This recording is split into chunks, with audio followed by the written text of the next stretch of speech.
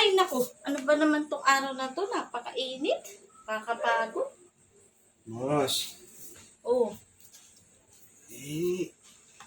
ilang araw naman sakit ang ulo ko eh. Bili mo ang gamot.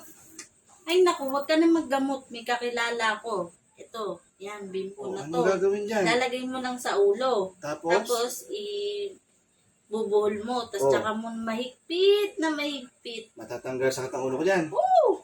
Sigurado ka? Oo nga. O, Akin na. tingnan mo. Try mo. Pag di sumakit ulo ko dito. Oo. Hindi na, mawawala na. Sige, Sige. testing ko ha. Higpitan mo ah. One eternity later.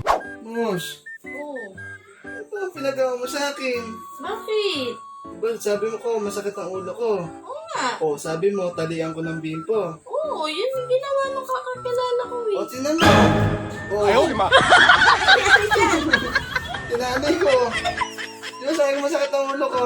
Oo nga, bakit nga ganyan ginawa mo? Eh, di tinanay ko. Sabi Oh. pa nga, maikpit na maikpit, diba?